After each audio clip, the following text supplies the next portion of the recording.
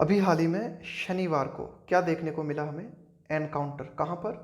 जम्मू कश्मीर में आतंकवादियों के बीच और भारतीय सैनिक दलों के बीच में जो है एक एनकाउंटर देखने को मिला, जिसमें आतंकवादी भी मारे गए लेकिन साथ ही साथ हमारे भारतीय जवान भी जो है शहीद हुए। उसी के बारे में जो है इस एडिटोरियल में चर्चा की गई है। टाइटल दिया गया है डेंजरस ड्रिफ्ट, खतरनाक। और ड्रिफ्ट, इस ड्रिफ्ट का मतलब होता है कि भाई जैसे कोई सामान्य परिस्थिति है तो उसमें जब बदलाव देखने को मिलता है ना, हमें एक मोड़ ले लेती है कोई परिस्थिति नया, या कोई हलन चलन देखने को मिलती है, तो उसको बोलते हैं ड्रिफ्ट। तो यही कहा जा रहा है कि डेंजरस ड्रिफ्ट, कि भाई ये जो कश्मीर है, वहाँ जो कश्मीर की परिस्थिति है उसमें काफ़ी हलन चलन देखने को मिली है, या फिर कश्मीर की स्थिति में एक मोड़ देखने को मिला है, तो उसको कहा गया है dangerous drift. Encounters in Kashmir are on the rise. Rise का मतलब बढ़ते जाना, कि भाई जम्मू एंड कश्मीर में ये जो एनकाउंटर की, ये मुठभेड़ की जो घटना है, ये लगातार बढ़ती हुई नज़र आ रही है। Taking a disproportionate toll. Toll का मतलब होता है मरने वालों की संख्या। डिसप्रोपोर्शनेट का मतलब है विषम अनुपात on security personal. Security personal का मतलब है सुरक्षा कर्मी। कहने का मतलब यह है कि एनकाउंटर की घटनाएं हो रही हैं, उनमें आतंकवादी तो मर रहे हैं, लेकिन आतंकवादियों के मरने की अनुपात में हमारे जो सुरक्षाकर्मी हैं वे ज़्यादा जो है शहीद होते हुए नज़र आ रहे हैं।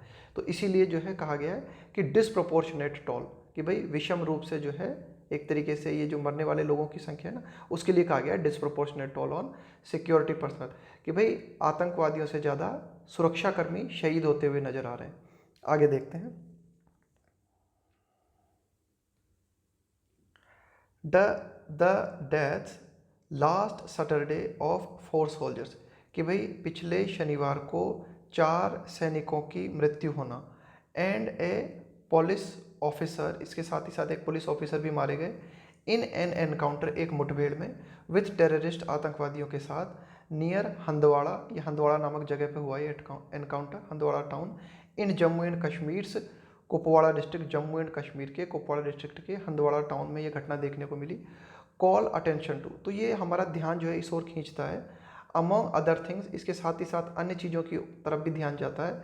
ए डिफ़िकल्ट समर अहेड, कि भाई अगर परिस्थिति ऐसी ही बनी रही तो आगे आने वाला जो समर है, आगे आने वाले ये जो गर्मी का सीज़न है, यह और भी ज़्यादा खतरनाक होने वाला है। इट इज़ अनयूजुअल, ये बहुत ही ज़्यादा असाधारण है। एंड डिसप्रोपोर्शनेट, डिसप्रोपोर्शनेट का मतलब है वही विषम अनुपात, एंड बहुत ही ज़्यादा डिसप्रोपोर्शनेट है। For just a couple of terrorist, कि भाई जरा से आतंकवादी थे, just a couple of terrorist, to take down 5 highly skilled, और इन्होंने जो है टेक डाउन मतलब एक तरीके से मिटा डाला या इनको धराशायी कर दिया। किनको? हमारे 5 highly skilled and motivated soldiers, कि हमारे एक तरीके से 5 जवानों को, 5 सैनिकों को, जो कि मतलब बहुत ही अच्छी तरीके से कुशल थे और बहुत ही अच्छी तरीके से मोटिवेटेड थे, है ना, ऊर्जावान थे कह सकते हैं। अब देखो इनमें 5 लोगों में कौन कौन थे। A commanding officer of a battalion in the rank of a colonel, एक तो थे कर्नल, एक थे मेजर, इसके अलावा 2 अदर रैंक्स, 2 अन्य रैंक से संबंधित व्यक्ति थे, and A special operation group policeman, इसके अलावा एक पुलिसमैन थे उनमें, इन the rank of A sub inspector, in A fire fight. तो मतलब ये जो फायर फाइट हुई, ये जो मुकाबला हुआ, इसमें ये जो है इन 5 लोगों को जो है अपनी जान गंवानी पड़ी। आगे देखते हैं कि the details on offer are sketchy, the details on offer are sketchy, यहाँ पे ऑफर का मतलब है कि भाई ये जो घटना हुई, तो इस घटना से संबंधित जो डिटेल है, जो बारीक जानकारियाँ हैं, सूक्ष्म जानकारियाँ हैं, आर स्केची। स्केची का मतलब है कि भाई आपको बिल्कुल क्लियर नहीं है मामला, है ना, बिल्कुल एकदम नॉट थोरो, या मतलब कंप्लीट डिटेल में नहीं है आपके पास पूरी जानकारी, बिल्कुल अधूरी अधूरी जानकारी है। इससे संबंधित जो डिटेल होने चाहिए वो पूरे की पूरे नहीं है, जानकारी अभी भी अधूरी अधूरी है। फिर भी येट प्रोवाइड कंपेलिंग एविडेंस, यहाँ पे कंपेलिंग एविडेंस का मतलब है कि भाई ठीक है, हमारे पास ये जो घटना हुई इसकी पूरी की पूरी एकदम ठीक ठीक बारीक जानकारी उपलब्ध नहीं है, इसके बावजूद भी फिर भी जो भी हमारे पास बातें उपलब्ध हैं, प्रोवाइड कंपेलिंग एविडेंस, इस बात के दमदार प्रमाण हैं हमारे पास, कंपेलिंग एविडेंस है, of an operation that went horribly wrong, कि भाई ये जो ऑपरेशन हुआ, ये जो मुठभेड़ हुई, ये एक ऐसी मुठभेड़ थी जो कि भयानक रूप से जो है गलत हो गई। भयानक रूप से गलत हो गई मतलब एक तरीके से भारत को खामियाजा ज़्यादा भुगतना पड़ा।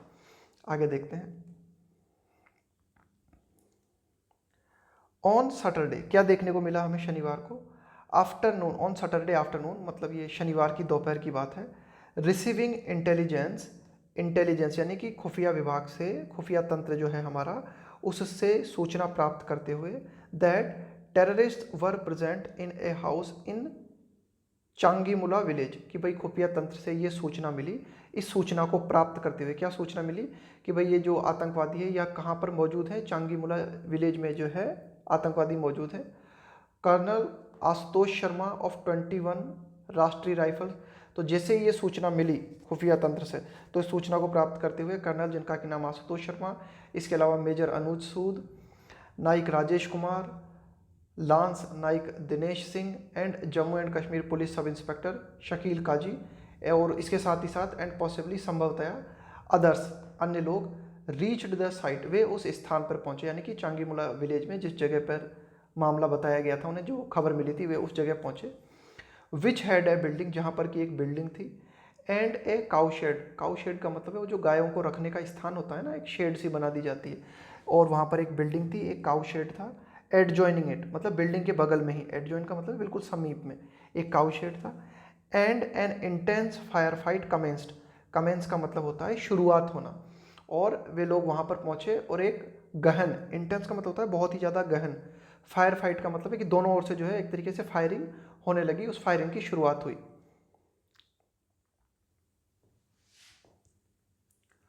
All the enemy fire came from the cowshed, कि भाई दुश्मन की तरफ से, यानी कि आतंकवादियों की तरफ से जो फायरिंग की जा रही थी वह काउशेड से की जा रही थी, है ना, इसमें छिपे हुए थे वे। नॉट द बिल्डिंग, है ना, बिल्डिंग में से न होके काउशेड की तरफ से सैनिकों की तरह आतंकवादियों के द्वारा जो है फायरिंग की जा रही थी। देन देयर वाज ए लल, तो इस फायरिंग के बाद क्या हुआ, एक थोड़ी देर के लिए लगातार फायरिंग होती रही। ये जो शब्द है ना लल, इस लल का मतलब होता है शांति काल, भाई थोड़ी देर के लिए शांति छा जाना, यानी कि थोड़ी देर के लिए फायरिंग रुक गई, है ना, दोनों ओर से। तो देयर वाज ए लल for more than an hour, मतलब 1 घंटे तक जो है शांति बनी रही दोनों ओर से। ड्यूरिंग विच, उसी दौरान, the team apparently decided, apparently, इस अपेरेंटली शब्द का मतलब होता है कि भाई ऊपरी तौर से ऐसा लगता है, मतलब हमें पक्का नहीं है, प्रमाण नहीं है हमारे पास, लेकिन ऐसा प्रतीत होता है, प्रकट रूप से ऐसा लगता है कि भाई 1 घंटे तक शांति की स्थिति बनी रही लगातार। उसके बाद में ऐसा लगता है कि भाई ये जो टीम थी, यानी कि जो भारतीय टीम थी, इसने क्या किया, डिसाइडेड, क्या डिसाइड किया इसने, टू अप्रोच द हाउस, कि भाई ये जो भारतीय सैनिक थे इन्होंने डिसाइड किया कि जो बिल्डिंग है इस बिल्डिंग में प्रवेश किया जाए। And use the vantage, vantage का मतलब होता है लाभप्रद स्थिति, कि भाई एक ऐसी पोजीशन में होना जहां से आपको ज़्यादा लाभ हो सके। And use the vantage of the upper floor, कि भाई भारतीय सैनिकों को ऐसा लगा कि भाई इस बिल्डिंग में अगर ऊपर के फ्लोर पे चले जाएंगे तो वहाँ से जो है स्थिति ज़्यादा कंट्रोल में रहेगी।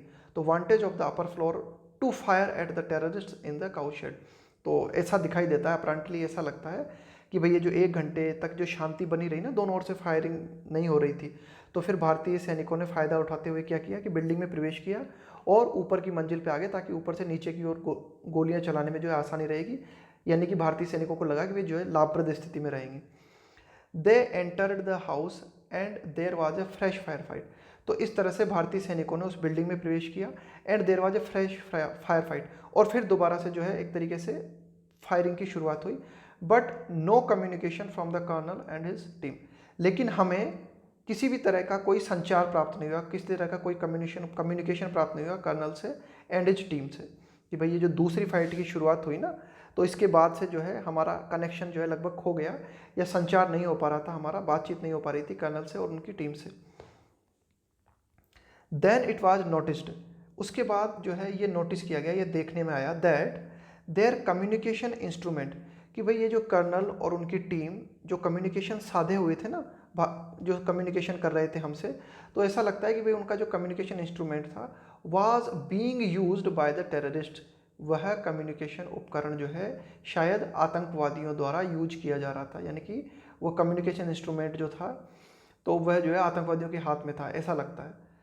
That is when realisation came all was not well, finally जब कुछ हमारे सामने सब कुछ पता चला, that is when realisation came का मतलब है जब स्थिति हकीकत सामने आई, ऑल वाज नॉट वेल, तब तक मामला बिल्कुल ठीक नहीं था। ऑल वाज नॉट वेल का मतलब है कि मामला ठीक नहीं था।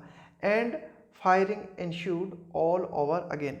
ये जो शब्द आया ना इंशू, इंशू का मतलब है कि भाई कि परिणाम स्वरूप कोई घटना घटित होती है ना, तो उसको बोलते हैं इंशू। तो and firing ensued all over again, और फायरिंग जो है दोबारा से जो है शुरुआत, दोबारा से जो है फायरिंग देखने को मिली। This time when it was over, और इस टाइम जब फायरिंग समाप्त हुई, देयर वर 7 बॉडीज, तो 7 जो है एक तरीके से बॉडीज पड़ी हुई थी।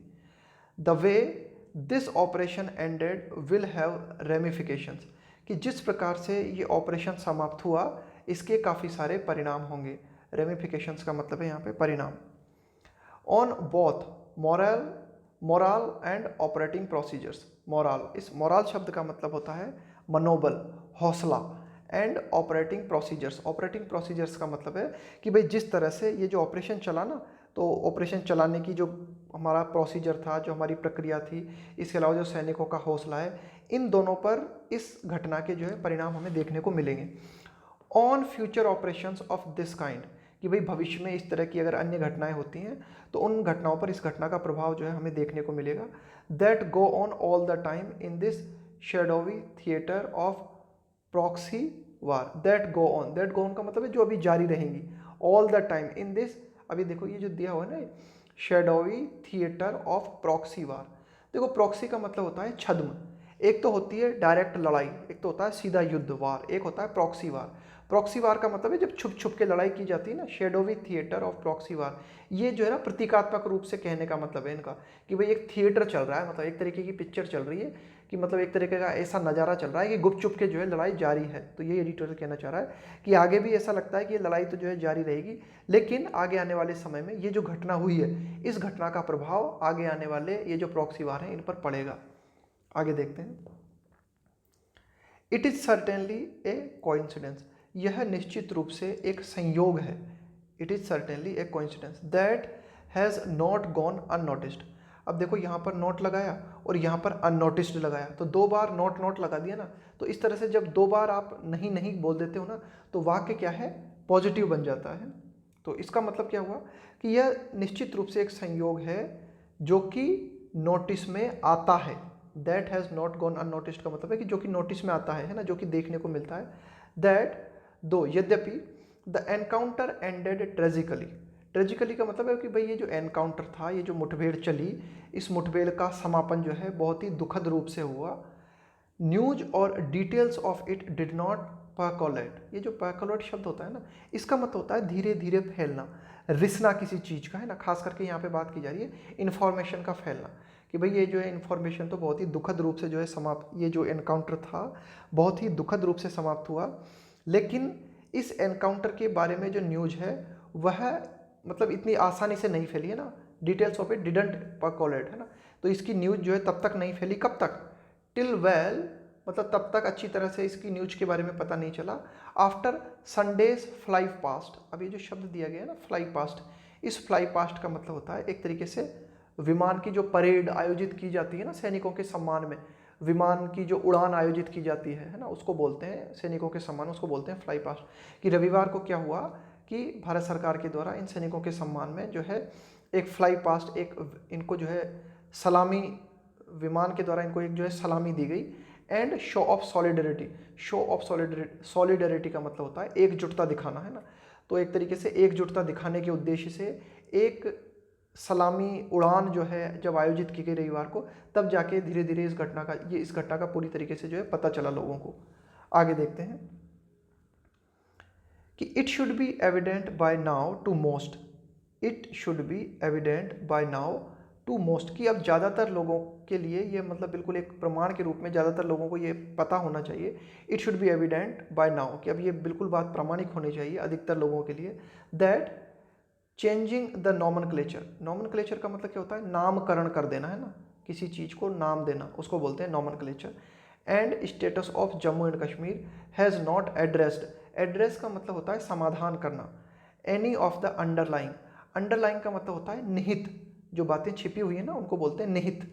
Underlying causes of unrest and angst, angst का मतलब एक तरीके का गुस्सा, अनरेस्ट का मतलब है बेचैनी।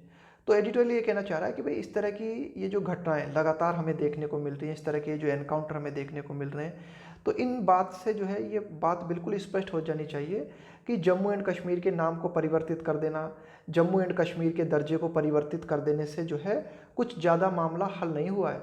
इसने जम्मू एंड कश्मीर का ये जो हमने धारा 300 ये हटाई थी ना, धारा 370 को, तो इसको हटाने से जो है ये जम्मू एंड कश्मीर का नाम बदल देने से, उसके दर्जे में परिवर्तन कर देने से हैज़ नॉट एड्रेस्ड, इसने समाधान नहीं कर दिया है ऑफ द अंडरलाइंग कॉजेस।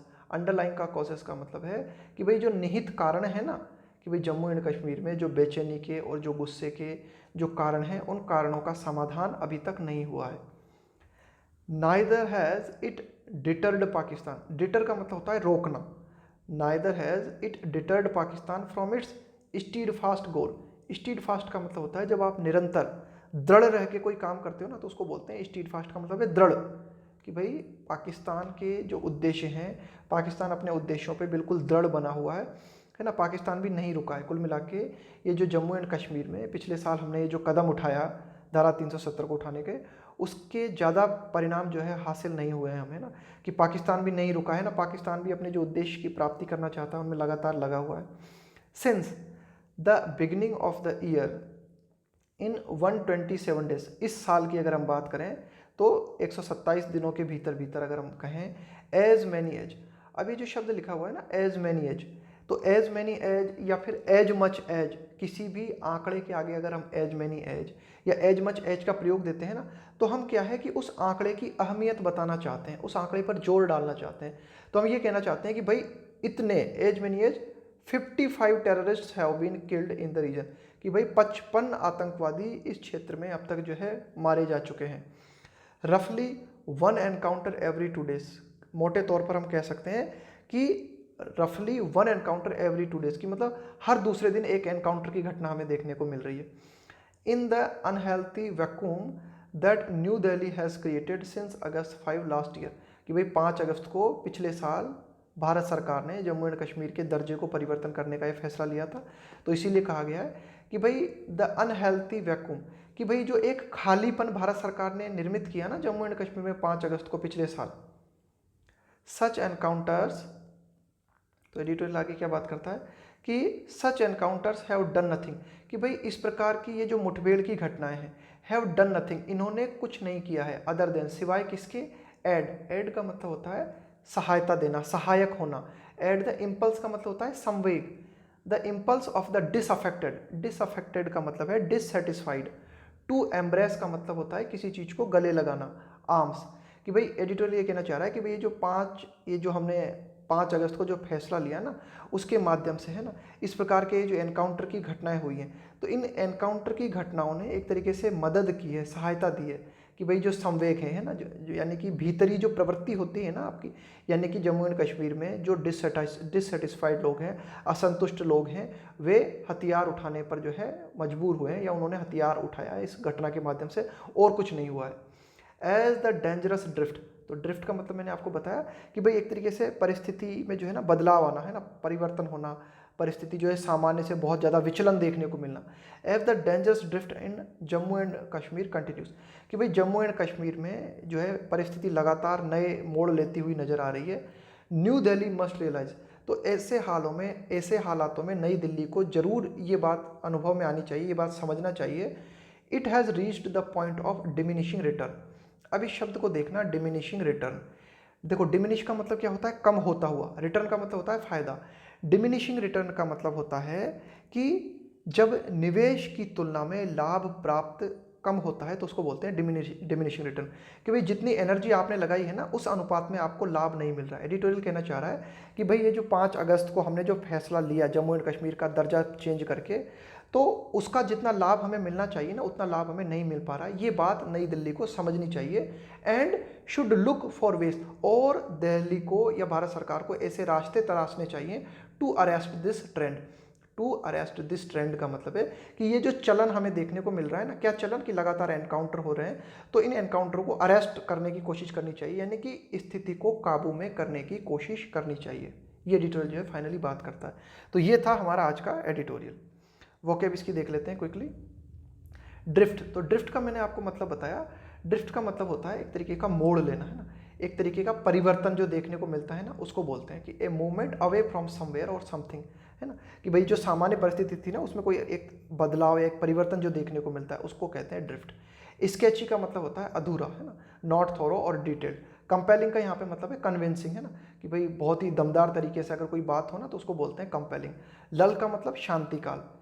इसके बाद है अपरेंटली का मतलब है एक तरीके से आउटवर्डली, ऊपरी तौर पर। वांटेज का मतलब है लाभप्रद स्थिति। इंशू का मतलब है परिणाम स्वरूप होना। रेमिफिकेशन का मतलब होता है परिणाम। मोराल का मतलब है हौसला। परकोलेट का मतलब होता है फैलना, रिसना, धीरे धीरे प्रसारित होना। स्टीड फास्ट का मतलब है दृढ़। डिसअफेक्टेड का मतलब है असंतुष्ट। इसके बाद इस डिमिनिशिंग रिटर्न को याद रखना, इसका जो है ना प्रयोग हम कहीं भी कर सकते हैं कि ऐसी स्थिति जब निवेश की तुलना में लाभ कम प्राप्त होता है उसको बोलते हैं डिमिनिशिंग रिटर्न।